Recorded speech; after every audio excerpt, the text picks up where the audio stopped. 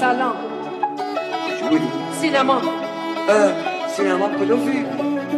فیلم بدبختی، فیلم آوارگی، فیلم بیچارگی. چه فیلمی میخواید رفته باشم؟ این که فیلم خودمونه. Listening to Salib. سلام منو برسون مثل یه دعا بهش بگو زندگی جهنمه تا خوبی تو بهش بگو بپرس گاهی حال ما زنده ها رو بگو بگه وضع ما رو اگه دید خدا رو بگو از آن ما به وقت بی کسی یادم هست همیشه تو محرمیم و جشنمون عذاب بگو چه تو خسته ایم از این همه ثواب چقدر صدا زدیم واسمون و کو جواب بگو صبح و شب نشست خالی پریم بگو از گشنگی داریم امید میخوریم بگو ولادیم واسه نفس رمق نداریم بگو زنده ایم و قد مرده حق نداریم بگو هنو واسه یه لقمه نون تو سگ داریم و لشو مرخ ناموس ایرونیم و دیگه دوا واسمون سبک کرک میزنیم تمام بود و نبودمون و به فاک میزنیم یاریه که با غمم دیگه شاد میشیم عاشق میشیم ترپا نده اسید میپاشیم بگو علی عبد گرفت و موندنی شد از تو بند میده خرج زن و بچه‌شو بگو ممی توی تیزی کشی تو خط مارد یه سال نشده آجی بازاری زنشو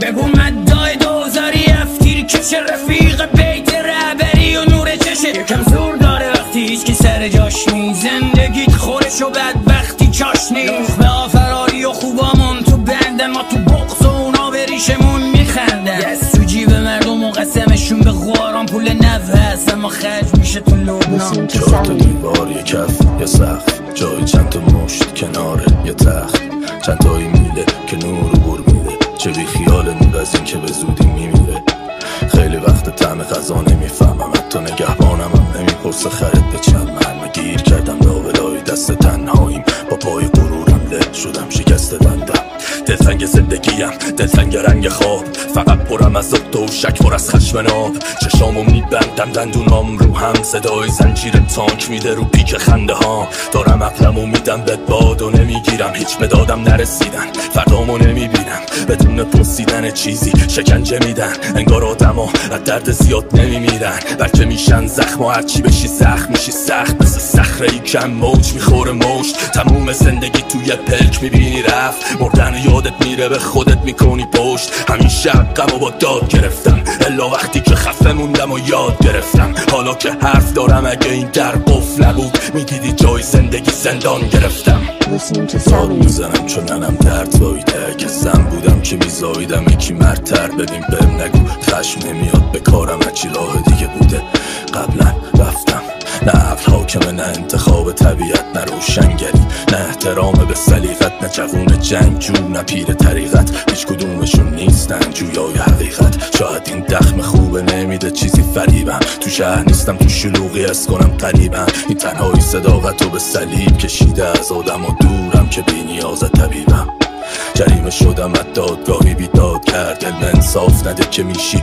بیزارتر بیچاره مردم بدون دارو بیمارتر بیچاره من بیچاره تو بیچاره اون مادر آفرید از زمین امید به آسمون رود دیده کوه دیده خورشید و سایبون بوده اینجا که بوی جز به تو ناجر و میله فولادی که نور جل میکنه نمونده هیچکی نیست صدامو از خودم بشنوه تو روم حرف بزنه دلمو بشکنه همش شده فقط تصور تخیل هیچ خبری ندارم که اون بیرون چه خبره با خودم حرف میزنم باز خودم رپ میکنم کف میگه دیوونم سقف میگه میتونم در انتظار مجازات گور بکنم به مأمور مرگ فوش بدم و وقت بخرم بگم من هنوز زندم کارتو بکن دیدمت خوشگم زد نیومد خم ببرود شاید تو نمیترسی ولی من با ترس خوب گرفتم ذکر خیرت رو لبم حرف هر روز بس سرپوش پرده رو بدر جای من کوش نشون بده آرامشو به این روح مردد شاید هجرت شاید یه پایان شایدم کوچ حبس ابد چرت تو این زندون موقت